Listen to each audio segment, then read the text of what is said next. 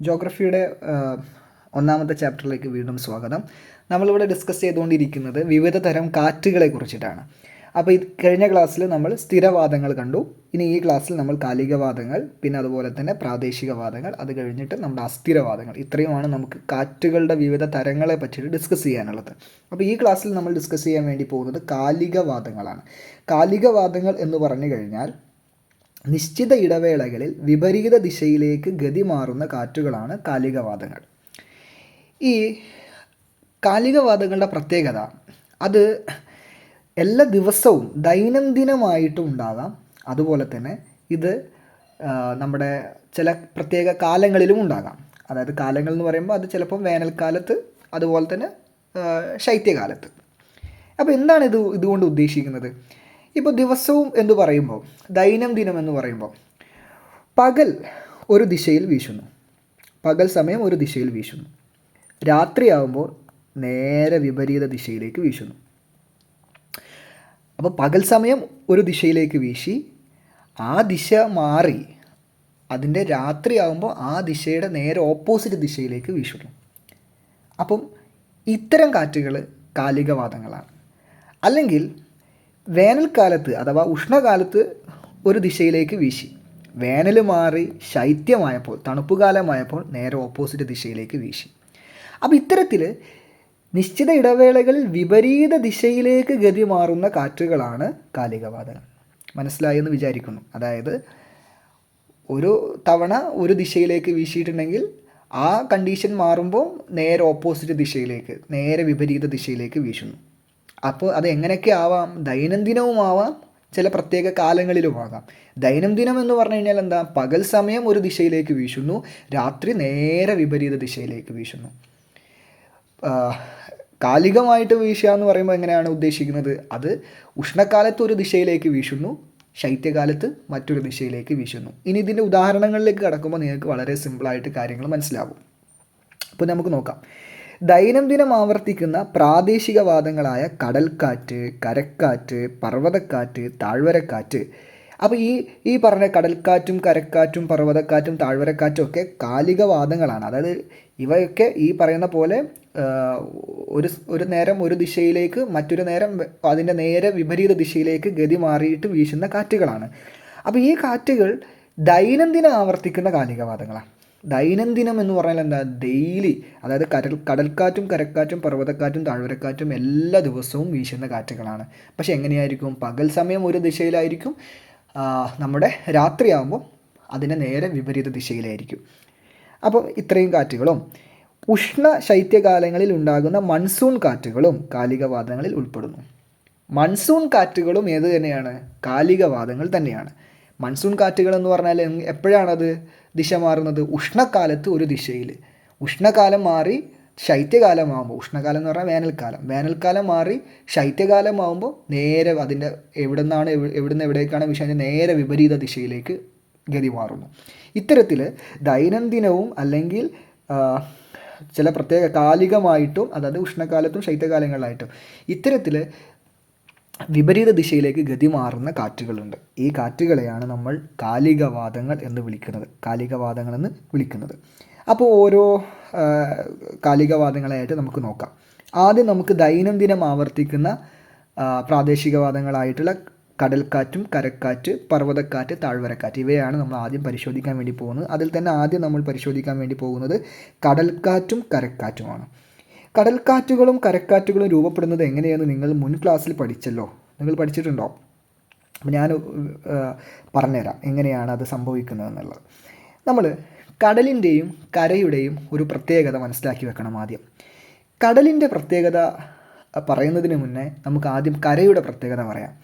കരയുടെ പ്രത്യേകത എന്താണെന്ന് പറഞ്ഞു കഴിഞ്ഞാൽ, കര പെട്ടെന്ന് ചൂട് പിടിക്കുകയും പെട്ടെന്ന് തണുക്കുകയും ചെയ്യും. അപ്പോൾ ഇത് കരഭാഗം. കരയുടെ പ്രത്യേകത എന്താണ്? അത് പെട്ടെന്ന് ചൂട് പിടിക്കുകയും പെട്ടെന്ന് തണുക്കുകയും ചെയ്യും. എന്നാൽ കടൽ അങ്ങനെയല്ല. കടൽ സാവധാനമേ ചൂടാവുകയുള്ളൂ, സാവധാനമേ തണുക്കുകയുള്ളൂ. അപ്പോൾ കരയുടെ പ്രത്യേകത എന്താണ്? കര പെട്ടെന്ന് ചൂട് പിടിക്കുകയും പെട്ടെന്ന് തണുക്കുകയും ചെയ്യും. കടലിൻ്റെ പ്രത്യേകത എന്താണ്? കടൽ സാവധാനമേ ചൂടാവുകയുള്ളൂ, സാവധാനമേ തണുക്കുകയുള്ളൂ. അപ്പം പകൽ സമയത്ത്, ഇപ്പം ഞാൻ അവിടെ സൂര്യനെ വരച്ച് വെച്ചിട്ടുണ്ട്, പകൽ സമയത്ത് ആരായിരിക്കും പെട്ടെന്ന് ചൂട് പിടിക്കുക? കര പെട്ടെന്ന് ചൂട് പിടിച്ചു പകൽ സമയം. കടലിൽ ചൂടായിട്ടുണ്ടോ? ഇല്ല. ചൂട് കൂടുതലാണെങ്കിൽ എന്തു കൂടുതലായിരിക്കും? ചൂട് കൂടുതലാണെങ്കിൽ അവിടെ മർദ്ദം കുറവായിരിക്കും. അപ്പം പകൽ സമയം കരഭാഗം പെട്ടെന്ന് ചൂട് പിടിക്കുന്നു. പെട്ടെന്ന് ചൂട് പിടിച്ചതുകൊണ്ട് തന്നെ അവിടെ മർദ്ദം കുറയുന്നു.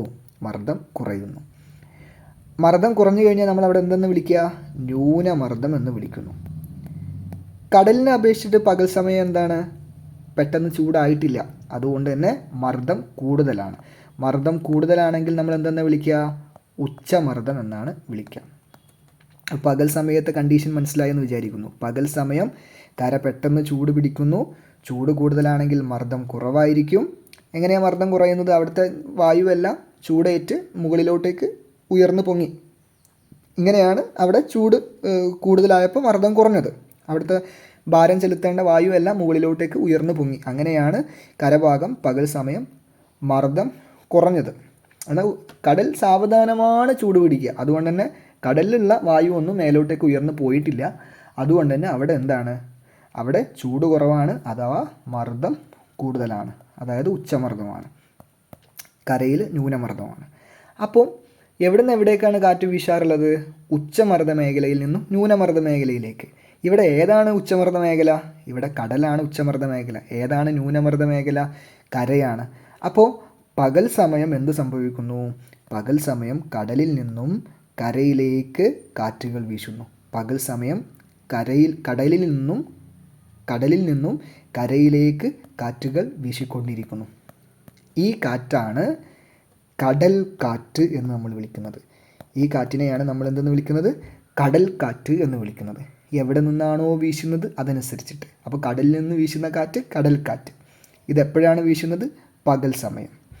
ഇനി നേരം രാത്രിയായപ്പോൾ എന്തായി അല്ലേ? രാത്രിയായി, സൂര്യനൊക്കെ പോയി, ചൂട് കുറഞ്ഞു.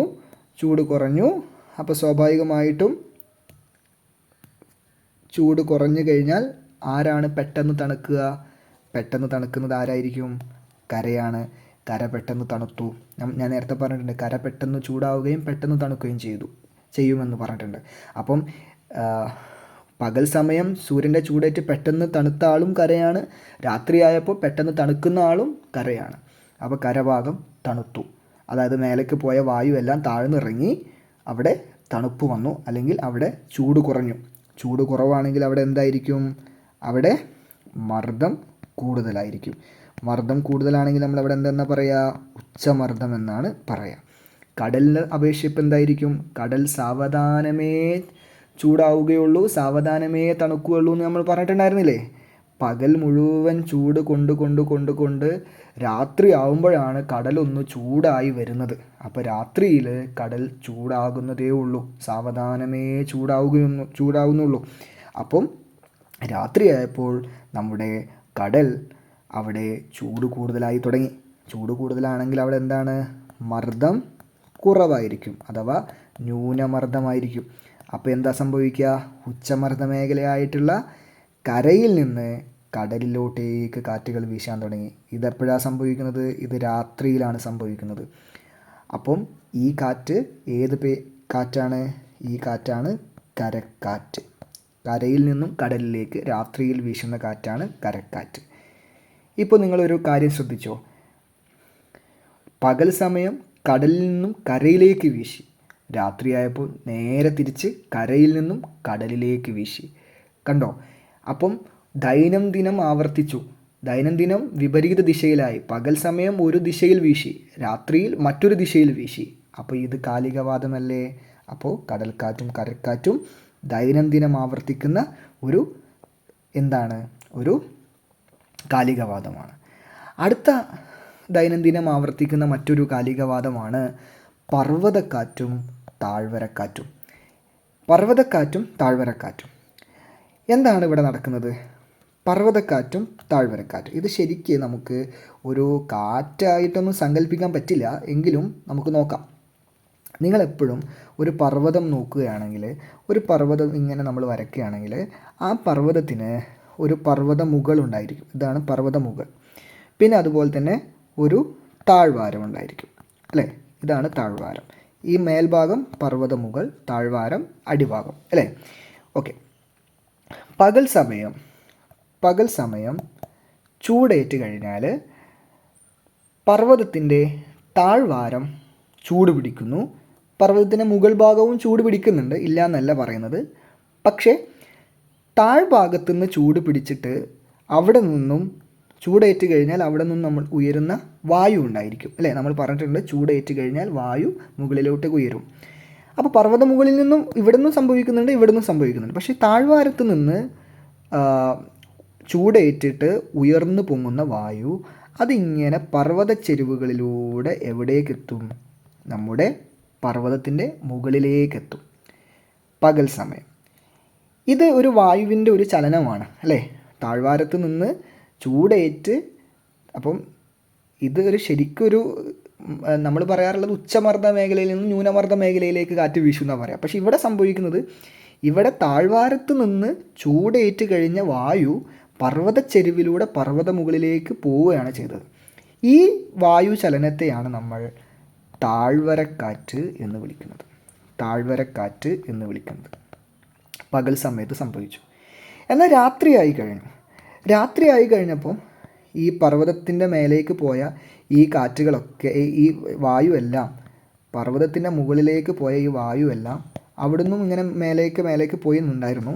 എന്നാൽ രാത്രിയായപ്പം ഈ വായു എല്ലാം കൂടി പർവ്വത മുകളിൽ നിന്ന് എന്ത് ചെയ്യാൻ തുടങ്ങി? അതിൻ്റെ ഭാരം കൂടിയിട്ട് തണുത്ത് അതിനെല്ലാം കൂടി അവിടെ നിൽക്കാൻ പറ്റാതെ എല്ലാം കൂടെ താഴോട്ടേക്ക് ഇറങ്ങാൻ തുടങ്ങി രാത്രിയിൽ. അപ്പോൾ നേരെ തിരിച്ച് പർവ്വത മുകളിൽ നിന്ന് താഴ്വാരത്തോട്ടേക്ക് വായു ചലിക്കാൻ തുടങ്ങി. ഇങ്ങനെ വീശുന്ന കാറ്റാണ് പർവ്വതക്കാറ്റ്. ഇതിനെയാണ്, ഈ വായു ചലനത്തെയാണ് നമ്മൾ പർവ്വതക്കാറ്റ് എന്ന് വിളിച്ചത്. അപ്പോൾ ഇത് ഒരിക്കലും ഒരു കാറ്റ് എന്ന സങ്കല്പത്തിൽ നമുക്ക് കണക്കാക്കാൻ പറ്റില്ല, വായുവിൻ്റെ ചലനം. പക്ഷെ അതൊരു കാറ്റ് പോലെയാണ്. അപ്പം പകൽ സമയം എന്താ സംഭവിച്ചത്? താഴ്വാരത്ത് നിന്ന് പർവ്വത മുകളിലേട്ടേക്ക് കാറ്റ് വീശി, അത് താഴ്വരക്കാറ്റ്. രാത്രിയായപ്പോൾ പർവ്വത മുകളിൽ നിന്നും എല്ലാം ഭാരം കൂടിയ തണുത്ത വായു എല്ലാം കൂടി താഴ്വാരത്തോട്ടേക്ക് ഇറങ്ങി, അത് പർവ്വതക്കാറ്റ്. പകൽ സമയം താഴ്വരയിൽ നിന്നും പർവ്വത മുകളിലോട്ടേക്ക്, രാത്രിയായപ്പോൾ പർവ്വത മുകളിൽ നിന്നും താഴ്വാരത്തോട്ടേക്ക്. കണ്ടില്ലേ? ഒരു ദിവസം തന്നെ രണ്ട് ദിശയിൽ ഈ കാറ്റുകൾ വീശിയില്ലേ? ഒരു ദിവസം പകൽ സമയം ഒരു ദിശയിൽ നിന്ന് വീശി, രാത്രിയായപ്പോൾ നേരെ വിപരീത ദിശയിൽ വീശി. അപ്പോൾ നമുക്ക് ദൈനംദിനം ആവർത്തിക്കുന്ന കാറ്റുകളായിട്ട് പർവ്വതക്കാറ്റിനെയും താഴ്വരക്കാറ്റിനെയും സൂചിപ്പിച്ചൂടെ? അപ്പോൾ അതും കാലികവാദമാണ്. നമുക്കൊന്ന് വായിച്ചു നോക്കാം. രാത്രികാലങ്ങളിൽ പർവ്വതച്ചെരുവിലെ വായു തണുത്ത് സങ്കോചിച്ച് താഴ്ന്നിറങ്ങുന്നതാണ് പർവ്വതക്കാറ്റ്. അപ്പോൾ രാത്രിയിൽ പർവ്വതത്തിൻ്റെ മേലെയുള്ള കണ്ടോ, ഇവിടെയുള്ള ഈ ചിത്രം നോക്കിക്കഴിഞ്ഞാൽ മനസ്സിലാവും, മേലെയുള്ളതൊക്കെ താഴോട്ടേക്ക് ഇറങ്ങും, അത് പർവ്വതക്കാറ്റ്. പകൽ സൂര്യതാപമേറ്റ് പർവ്വതച്ചെരുവിൽ നിന്നും പർവ്വത മുകളിലേക്ക് കാറ്റ് വീശുന്നതിന് കാരണമാകുന്നു, ഇത് താഴ്വരക്കാറ്റ്. കണ്ട, പകൽ സമയം താഴെ നിന്നും മേലോട്ടേക്ക് കാറ്റ് വീശുന്നു. അപ്പോൾ രണ്ടും ഓപ്പോസിറ്റ് ദിശയിൽ വീശുന്നു. പകലാണെങ്കിൽ താഴ്വരയിൽ നിന്ന് പർവ്വത മുകൾ, രാത്രിയാകുമ്പോൾ പർവ്വതത്തിന് മുകളിൽ നിന്നും താഴ്വരത്തോട്ടേക്ക്. അപ്പോൾ ഇത്തരത്തിൽ നോക്കുമ്പോൾ ഇത് രണ്ടും ദിശ മാറുന്നുണ്ട്. ദൈനംദിനമാണ്, രണ്ടും ദിശ മാറുന്നുണ്ട്. ഇനി ദൈനംദിനം മാത്രമല്ല, ചില കാലങ്ങളിലും ദിശ മാറുന്നുണ്ട്. അതിന് ഏറ്റവും ഫേമസ് ആയ കാറ്റാണ് ആരെന്ന് പറയുന്നത്? മൺസൂൺ കാറ്റുകളെന്ന് പറയുന്നത്. അപ്പോൾ ഇനി നമുക്ക് മൺസൂൺ കാറ്റുകളെ പറ്റിയിട്ടാണ് ഡിസ്കസ് ചെയ്യാനുള്ളത്. അത് അടുത്ത വീഡിയോയിൽ ചെയ്യാം. മൺസൂൺ കാറ്റുകൾ എന്ന് പറയുമ്പോൾ ഏതാണെന്ന് മനസ്സിലാക്കി വെക്കണം. അത് കാലികവാദമാണ്. എന്ത് കാലികവാദമാണ്? ചില പ്രത്യേക കാലങ്ങളിൽ ദിശ മാറുന്ന കാലികവാദമാണെന്ന് മനസ്സിലാക്കി വെക്കാം. അപ്പോൾ മൺസൂൺ കാറ്റുകളുമായിട്ട് അടുത്ത വീഡിയോയിൽ നമുക്ക് വരാം.